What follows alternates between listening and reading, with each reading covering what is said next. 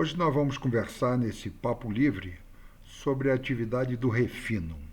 Como eu já falei no outro vídeo, o que se chama cadeia de petróleo é o conjunto de atividades que vai desde a prospecção, a busca pela área onde deve ter petróleo, passa pela perfuração de poços e produção do petróleo, até o final da cadeia de petróleo, que é a utilização dos seus derivados, seja como combustível, como energia elétrica, através de sua transformação, por exemplo, numa usina termoelétrica.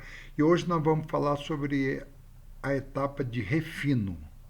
Refino, em poucas palavras, é a transformação do petróleo, que se chama do petróleo cru, que veio da região de produção ou que chegou de uma forma por navios ou chegou de importação, a sua transformação em alguns derivados de petróleo.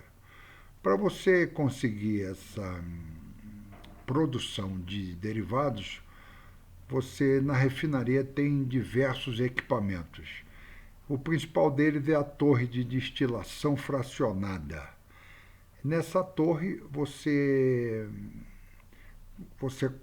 coloca o petróleo, né? O petróleo é alimentado já em alta temperatura nessa torre, e através de um processo de vaporização, você joga vapor por debaixo dessa torre, você vaporiza esses hidrocarbonetos e ao chegar no topo da torre, eles vão se liquefazendo e dependendo da temperatura de ebulição, a gente vai retirando os diversos produtos. Os produtos mais leves, formados pelos hidrocarbonetos mais leves, são retirados no topo da torre de destilação.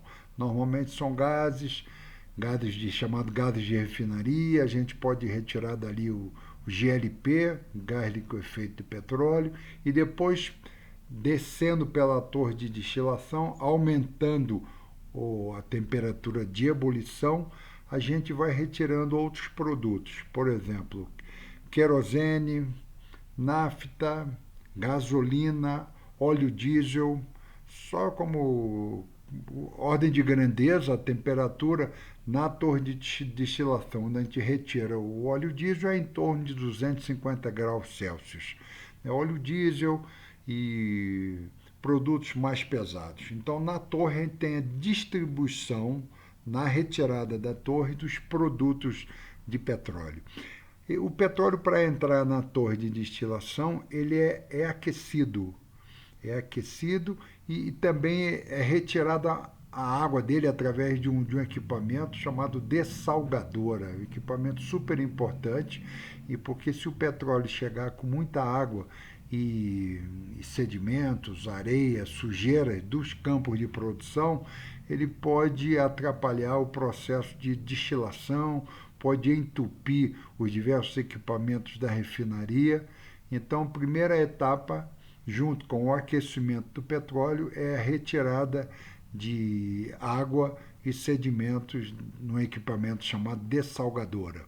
Depois o petróleo passa por dentro de um forno, uma caldeira, em que ele é aquecido nessa temperatura bem alta. Ele é colocado então na torre de destilação. Em algumas refinarias nós temos também torre de destilação a vácuo. Então a pressão muito mais baixa faz com que você vaporize mais hidrocarbonetos, obtendo assim as diversas frações de petróleo, os seus derivados, que são separados então pela diferença dos pontos de ebulição.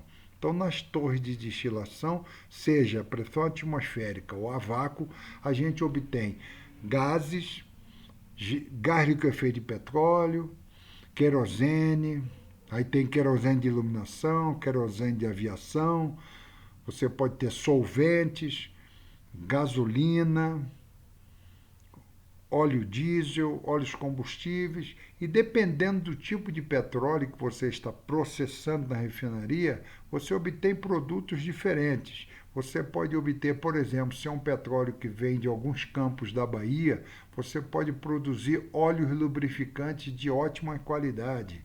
Então, dependendo da região em que vem o petróleo, da região do mundo, inclusive, se é um petróleo que vem da Nigéria, por exemplo, o petróleo nigeriano leve, você vai obter tipos diferentes de derivados de petróleo.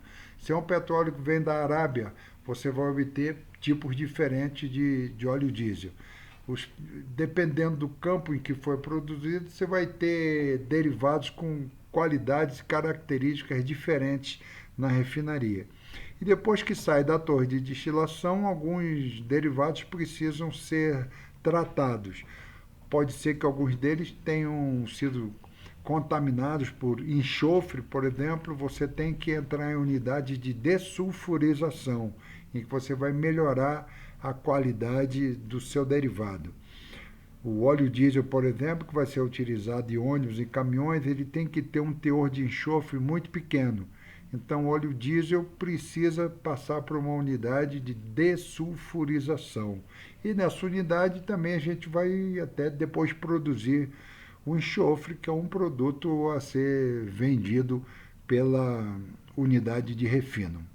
Dessa forma, a gente obtém os derivados e cada derivado então vai para a sua utilização e alguns deles podem ir para unidades petroquímicas. A nafta, por exemplo, pode ser a nafta petroquímica, vai para unidades petroquímicas fazer plásticos, polietileno, PVC. Isso em outro vídeo nós vamos comentar sobre unidades petroquímicas. Hoje eu queria falar sobre a importância do refino e dizer que cada petróleo tem a sua composição de derivados de uma forma diferente.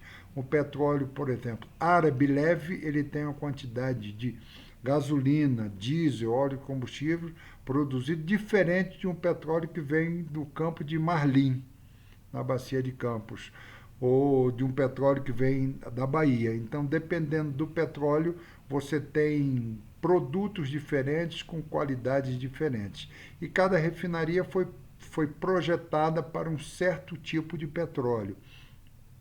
Uma refinaria que foi projetada para processar um petróleo leve da Arábia, ele vai ter dificuldade de processar um petróleo muito pesado da Venezuela ou do México.